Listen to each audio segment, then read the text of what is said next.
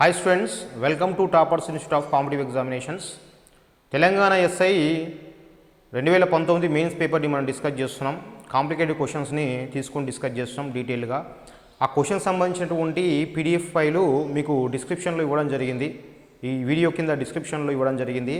ఆ డిస్క్రిప్షన్లో question paper ఉంటుంది. దాన్ని చూసుకున్న తర్వాత మీరు ఈ క్వశ్చన్ చూస్తే మీకు క్లారిటీగా అర్థమవుతుంది. రైట్, దాంట్లో భాగంగా తర్వాతి ప్రశ్న చూడండి. ప్రాఫిట్ లాస్ నుంచి డిస్కౌంట్స్ చాప్టర్ నుంచి వచ్చింది మనకు. ఒక వ్యాపారి ఒక వస్తువు యొక్క ప్రకటిత వేలపై 10% డిస్కౌంట్ ఇచ్చిన తర్వాత 10% లాభం పొందుతాడు. ఆ వస్తువు కొన్న వేల 9,000 రూపాయలు అయితే దాని ప్రకటిత వేల ఎంత?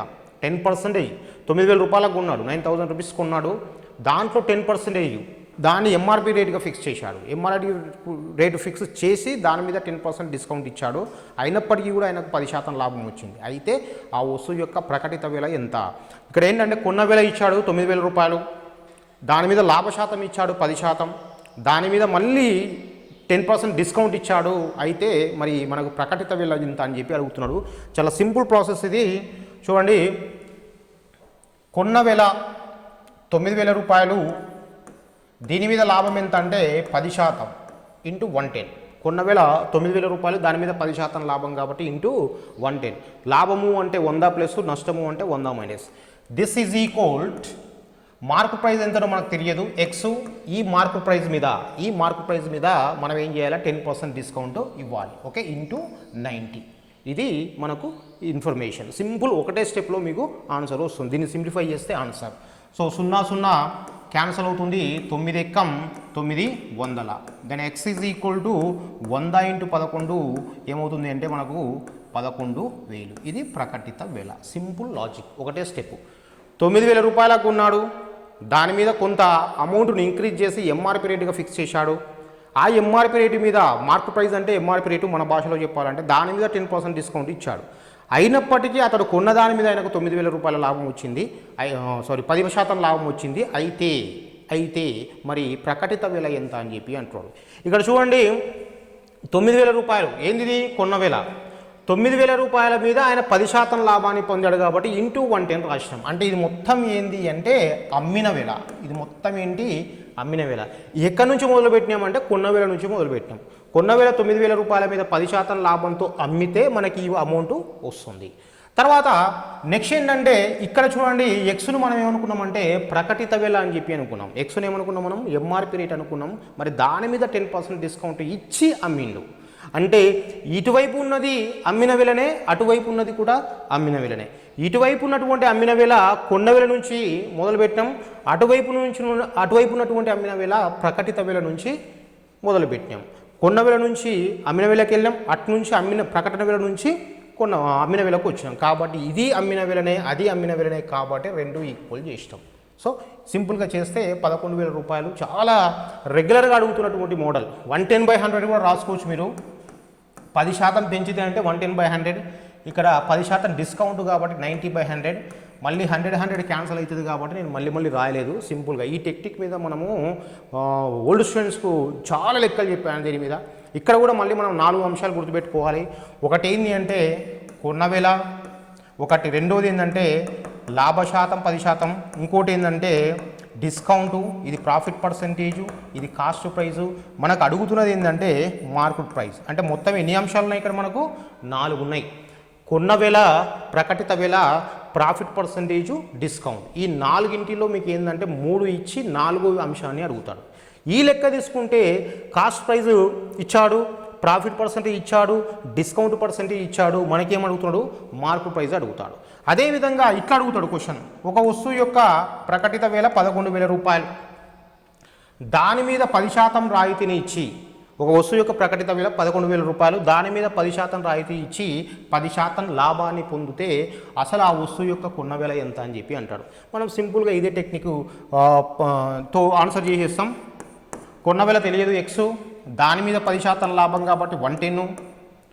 ఓకే, ప్రకటిత వేల 11,000 రూపాయలు, దీని మీద 10% డిస్కౌంట్ కాబట్టి 90. 100ని బేస్ చేసుకుని వెళ్తాం. లాభము అంటే 100 ప్లస్, నష్టము అంటే 100 మైనస్, డిస్కౌంట్ అన్నా కూడా 100 మైనస్. దీన్ని సింప్లిఫై చేయండి.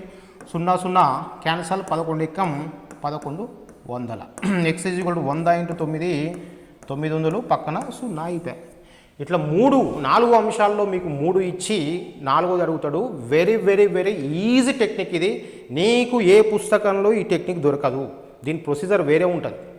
దీని ప్రొసీజరు మనకు వేరే ఉంటుంది. కావాలంటే ఆ ప్రొసీజర్ కూడా మనం ఒకసారి చూద్దాం. సో కొన్న వేళ 9,000 రూపాయలు, దాన్ని మీద లాభం ఎంతంటే 10%. 9,000 రూపాయల మీద 10% లాభం అంటే ఇంటూ 110/100. ఓకే, సో 2 సున్నాలు cancel. Selling price is equal 9 × 11 99, 2 సున్నాలు. ఇదేంది? అమ్మిన వేళ.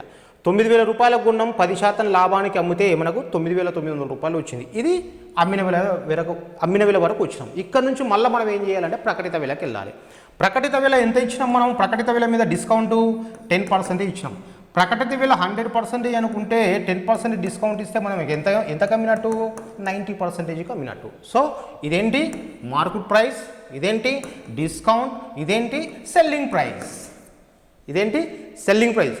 సార్ సెల్లింగ్ ప్రైస్ ఇంతకుముందు 110 తీసుకున్నారు, మరి మళ్ళీ ఇక్కడ 90% అంటున్నారు కదా అని చెప్పి అడుగుతారు. ఈ సెల్లింగ్ ప్రైస్ 110 అనేది కొన్న వేళ నుంచి తీసుకున్నాం. ఈ సెల్లింగ్ ప్రైస్ 90% అనేది ప్రకటిత వేళ నుంచి వచ్చింది. దాన్ని దృష్టిలో పెట్టుకోవాలి. అంటే ఈ 9,900ని మళ్ళీ మీరు ఏమనుకుంటాడు? 90% అనుకుంటారు. 90% అనుకుంటే మార్కెట్ ప్రైస్ ఎంత? 100%. 90%కు 9,900 అయితే 100%కి ఎంత? సో కుట్టేస్తే మనకి ఏమవుతుంది? 11,000 అవుతుంది. సో ఇది ప్రాసెస్. ఇది కూడా సింపుల్ మెథడే, ఇది కూడా షార్ట్ కట్ మెథడే. కాన్సెప్ట్ ప్రకారం వెళ్తున్నాం, అది కూడా కాన్సెప్ట్ ప్రకారం వెళ్తున్నాం. ఇక్కడ మనకు ఇంతకుముందు చెప్పినటువంటి టెక్నిక్ చాలా యూస్ఫుల్. ఈ మోడల్లో రెగ్యులర్గా అడుగుతున్నటువంటి మోడల్ ఇది. మనకు 4 అంశాల్లో 3 ఇచ్చి 4వది అడుగుతాడు. బాగా ప్రాక్టీస్ చేసుకోండి. రెగ్యులర్గా అడుగుతున్న మోడల్. రైట్. తర్వాత నెక్స్ట్ క్వశ్చన్. నెక్స్ట్ వైశాల్యాలు చాప్టర్ నుంచి వచ్చింది. 990 మీటర్ల దూరం పోవడానికి ఒక చక్రం 60 భ్రమణాలు చేస్తుంది. ఆ చక్రపు వ్యాసార్థం మీటర్లలో ఎంత? ఇక్కడ పై విలువలను 22/7 తీసుకోమన్నాడు. ఆయన ఇచ్చిన ఇయ్యకపోయినా మనకు తెలిసింది పై విలువ 22/7. 990 మీటర్ల దూరం పోవడానికి ఒక చక్రం 60 భ్రమణాలు చేస్తుంది. ఒక చక్రం అంటే మనకు సర్క్యులర్ వీల్, వృత్తాకారంగా ఉంటుంది. అది కొంత దూరం ప్రయాణించింది. ఎంత దూరం? 990 మీటర్లు ప్రయాణించడానికి మొత్తం 60 రెవల్యూషన్ చేసింది. 60 భ్రమణాలు చేస్తే ఆ చక్రం యొక్క వ్యాసార్థం ఎంత అని చెప్పి అంటున్నాడు. Okay, a circular wheel covers 990 metres making in 60 revolutions. A circular wheel covers 990 meters of distance in the making of 60 revolutions. Then find the radius of the circular wheel. So ఇది క్వశ్చన్ చాలా simple question. ఇది చూడండి, ఒక circular wheel ఉంది, ఒక వృత్తాకార చక్రం. దీని యొక్క చుట్టుకొలత ఎంత? దీని యొక్క వ్యాసార్థాన్ని r అనుకుంటే చుట్టుకొలత ఎంత? 2πr. మనందరికీ తెలిసిందే. 2πr మీద మనకు ఫార్ములా మీద క్వశ్చన్ అడిగాడు. ఇది ఒకసారి మనం ముందుకు దోసినాం అనుకోండి, ఇది ఒకసారి ముందుకు దోస్తే ఎంత దూరం పోతుంది అంటే దీని చుట్టుకొలత ఎంత ఉంటే అంత దూరం ముందుకు పోతుంది. ఒకసారి ఒక చుట్టు తోస్తే 2πr. మరి 2 చుట్లు తోసినాం అనుకోండి ముందరికి, 2 రెవల్యూషన్స్, 2 భ్రమణాలు చేస్తే 2 × 2πr. 3 భ్రమణాలు చేస్తే 3 × 2πr. n భ్రమణాలు చేస్తే n × 2πr. అంటే ఒక వృత్తాకార చక్రం n భ్రమణాలలో ప్రయాణించే మొత్తం దూరం is equal to n × 2πr. ఎన్ని భ్రమణాలు చేస్తే అన్ని చుట్టుకొలతలు తీసుకోవాలి. రైట్. సో ఇక్కడ d అంటే దూరము ఇచ్చిండు ఆయన 990 మీటర్స్. n అంటే భ్రమణాల సంఖ్య 60 × 2. π అంటే ఆయనే చెప్పిండు 22/7 తీసుకోండి అని చెప్పి. ఇంటూ మనకు కావాల్సింది రేడియస్, వ్యాసార్థం. దీన్ని సింప్లిఫై చేస్తే r వస్తుంది. So simplification 0 0 cancel. 11 9 11 రెంట్ల. నెక్స్ట్ 3 ముళ్ళ, ఇక్కడ 3 రెంట్ల, ఇక్కడ 3 ముళ్ళ 3 రెంట్ల. So r is equal to ఏంటంటే అడ్డగుణకారం 7 ముళ్ళ 21/2 × 2 × 2 8. 21/8. Small r is equal to 21/8. కొట్టేస్తే మనకి ఏమవుతుంది అంటే 8 రెంట్ల 16, 21 16 పోతే 5 పక్కన 0, ఇక్కడ పాయింట్. నెక్స్ట్ 8 6 48. 2.8 సంథింగ్ 48 మళ్ళీ 2 మిగులుతుంది, నెక్స్ట్ మళ్ళీ 8 రెంట్ల. ఓకే, ఇది విషయం. 2.625 మీటర్స్ ఇది, right. So D is equal to n into 2πr. నేను ఓల్డ్ స్టూడెంట్స్ చెప్పాను, మరీ చెప్పాను. D is equal to n into 2πr మీద 2012 SI ఎగ్జామినేషన్లో వచ్చింది. ఆ తర్వాత కండక్ట్ చేసినటువంటి ఏ ఎగ్జామినేషన్లో ఏపీలో కానీ తెలంగాణలో కానీ అక్కడ కండక్ట్ చేసినటువంటి ఎస్ఐ కానిస్టేబుల్లో కానీ ఇక్కడ కండక్ట్ చేసిన ఎస్ఐ కానిస్టేబుల్ కానీ వీఆర్ఓ కానీ ఏ ఎగ్జామినేషన్లో ఈ ఫార్ములా మీద రాలేదు. మళ్ళీ వచ్చే అవకాశం ఉంది అని చెప్పి మనం చాలాసార్లు ఓల్డ్ బ్యాచెస్లో డిస్కస్ చేసినాం. ఇది క్వశ్చన్, ఇది అడిగినటువంటి question. D is equal to n into 2πr. ఇక్కడ కూడా చూడండి, మీకు D అంటే ప్రయాణించిన మొత్తం దూరం, n అంటే భ్రమణాల సంఖ్య, R అంటే వ్యాసార్థం. ఈ మూడింటిలో మీకు 2 ఇస్తాడు. ఈ మూడింటిలో 2 ఇచ్చి మూడో దాన్ని అడుగుతాడు. ఇక్కడ ఏమి ఇచ్చిండయ్యా అంటే మీకు భ్రమణాల సంఖ్య ఇచ్చాడు, మొత్తం దూరం ఇచ్చాడు, అడుగుతున్నది ఏంది రేడియస్ అడుగుతున్నాడు. లేదా భ్రమణాల సంఖ్య ఇస్తాడు, చక్రం యొక్క వ్యాసార్థం ఇస్తాడు, డిస్టెన్స్ అడుగుతాడు.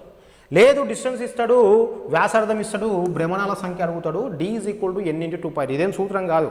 చక్రము చుట్టుకొలత 2πr మనకు తెలిసిందే. ఇది ఎన్ని భ్రమణాలు చేస్తే అన్ని చుట్టుకొలతలు తీసుకోవాలి, ఎన్ని భ్రమణాలు చేస్తే అన్ని చుట్టుకొలతలు తీసుకోవాలి. చలో రైట్, దాని ప్రకారం చేస్తే మీకు ఆన్సర్ వస్తుంది. So answer 2.625. 2.625. సో చూసుకోరు మరి, దీంట్లో మనకి ఇచ్చిన దాంట్లో మూడో ఆప్షన్ అవుతుంది 2.625. తర్వాత 26th క్వశ్చన్ తీసుకోండి. ఒక గోళం యొక్క ఘనపరిమాణము 200% పెరగాలంటే, ఒక గోళం స్పియర్, ఒక గోళం యొక్క ఘనపరిమాణం 200% పెరగాలంటే దాని వ్యాసార్థాన్ని పెంచాల్సిన శాతం ఎంత? Different question. ఇంతవరకు నేను ఎక్కడ ఏ ఎగ్జామినేషన్లో చూడలేదు. ఎస్ఐ తెలంగాణ కానీ ఏపీ తెలంగాణ కానీ పోలీసు యూనిఫామ్కి సంబంధించినటువంటి ఎగ్జామినేషన్స్లో కానీ వీఆర్ఓ కానీ స్టేట్ లెవెల్ ఎగ్జామినేషన్స్లో ఎక్కడ ఈ క్వశ్చన్ రాలేదు, ఫస్ట్ టైం వచ్చింది.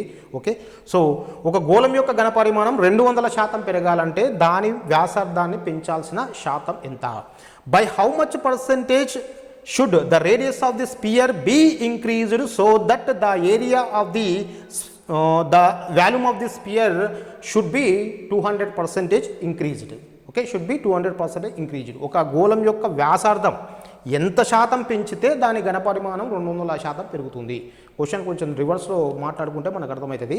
ఒక గోళం యొక్క వ్యాసార్థాన్ని ఎంత శాతం పెంచితే దాని యొక్క ఘనపరిమాణం 200% పెరుగుతుంది.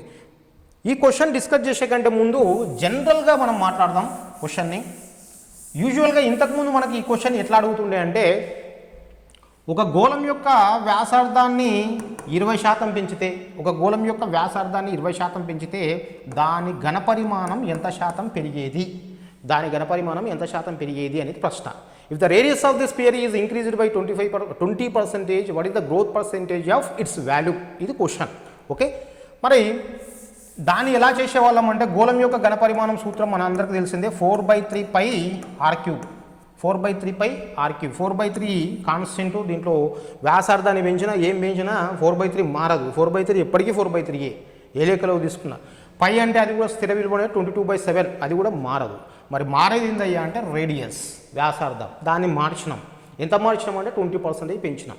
మరి 20% ఎన్నిసార్లు మారుతుంది అంటే r³ అంటే r into r into r 3 సార్లు మారుతుంది.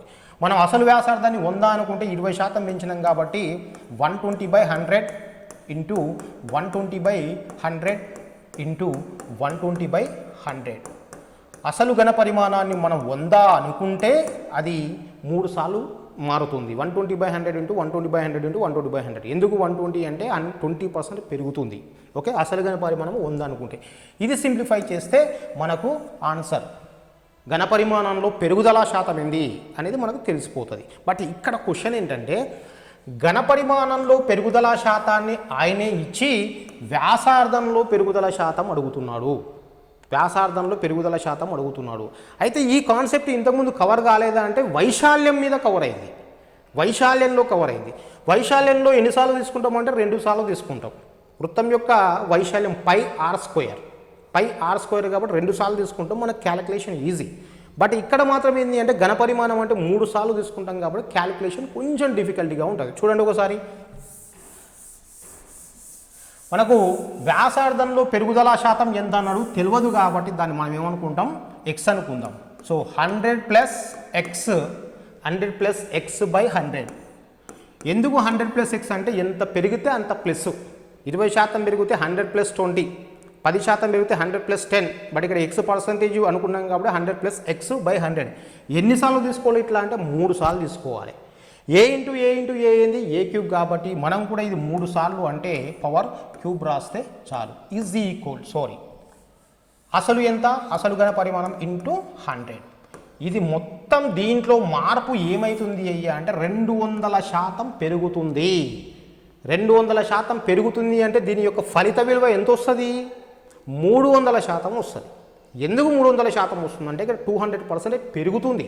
200% పెరుగుతుంది. 200% అవుతుంది కాదు, 200% అవుతుంది అంటే మీరు 200% తీసుకోవాలి. 200% పెరుగుతుంది అంటే మనం ఏం చేస్తాం?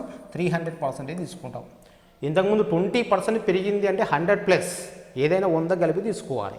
30% పెరిగిందంటే 100+30, 200% పెరిగిందంటే 100+200, 300. దీన్ని సింప్లిఫై చేస్తే x విలువ వస్తుంది. రైట్. సో మరి సింప్లిఫికేషన్ చూడండి, 2 0 2 0 క్యాన్సల్. ఇక్కడ ఏమవుతుంది? 100+x/100 is equal to 3/1/3. 3/2 0 2 0 cancel. ఇక్కడ 3 మిగిలింది. ఇక్కడ స్క్వేర్ పోతే ఇక్కడ స్క్వేర్ రూట్ వస్తుంది, ఇక్కడ క్యూబ్ పోతే క్యూబ్ రూట్ వస్తుంది. ఓకే, మనము 3 తీసేసినాం కాబట్టి 1/3 రాసుకున్నాం. దీని సింప్లిఫికేషన్ చూడండి. సో 100 అటు పోతే ఇంటూ అవుతుంది. x ఈజ్ ఈక్వల్ టు 3, లేదా డైరెక్ట్గా రాసుకోవచ్చు √3 ఇంటూ 100. బైలో ఉన్నది ఇంటూ అవుతుంది. ఈ +100 అటు పోతే -100 అవుతుంది. సో మొత్తం మీద 100 కామన్ తీస్తే మీకు ఏమొస్తుంది అంటే 100 ఇంటూ √3 -1. సో ఇది వ్యాసార్థంలో పెరుగుదల శాతం. వ్యాసార్థాన్ని ఇంత మొత్తం పెంచితే మనకు ఘనపరిమాణంలో 200% పెరుగుతుంది. ఇది చాలా డిఫరెంట్ మోడల్. మొట్టమొదటిసారిగా మనకు అడిగాడు, మళ్ళీ అడిగే అవకాశం ఉంటుంది ఇది. సో దీంతో SI paper, Telangana SI paper మనము తీసుకున్నటువంటి కాంప్లికేటెడ్ క్వశ్చన్స్ అని చెప్పి అనుకున్నటువంటి క్వశ్చన్స్ అన్నీ కూడా మనం క్లియర్గా డిస్కస్ చేసాం. చాలామంది విద్యార్థులు ఏపీఎస్ఐ పేపర్ ఎక్స్ప్లెనేషన్ ఇవ్వండి సార్ అని చెప్పి అడుగుతున్నారు. నెక్స్ట్ మనం ఏపీఎస్ఐ నెక్స్ట్ వీడియోలో ఏపీఎస్ఐ మెయిన్స్ పేపర్ 2019 పేపర్ను క్షుణ్ణంగా డిస్కస్ చేస్తాం. చాలా కాంప్లికేటెడ్ క్వశ్చన్స్ ఉన్నాయి, మీకు అందరికీ తెలిసిందే. పేపర్ మొత్తం కూడా ఆల్మోస్ట్ 90% క్వశ్చన్స్, 200 క్వశ్చన్స్లో దాదాపు 180 170 క్వశ్చన్స్ మోస్ట్ కాంప్లికేటెడ్ క్వశ్చన్సే. నేను కొన్ని మాత్రమే ఇచ్చాను. మీకేమైనా డౌట్ ఉంటే సెండ్ చేయండి, వాటిని కూడా మనం డిస్కస్ చేద్దాం. నా నెంబర్కి, నా వాట్సాప్ నెంబర్కి సెండ్ చేయండి. 8977133558. ఇది నా పర్సనల్ నెంబర్. దీనికి క్వశ్చన్స్ వాట్సాప్ చేస్తే నేను మీకు ఎక్స్ప్లెనేషన్ ఇస్తాను. బాగుంది, ఇంకా మంచి క్వశ్చన్ బాగా కవర్ అవుతుంది అనుకుంటే వీడియో రూపంలో ఇస్తాను, లేదంటే పర్సనల్గా మీకు సెండ్ చేస్తాను. నెక్స్ట్ వీడియోలో మళ్ళీ కలుద్దాం. Wish you all the best.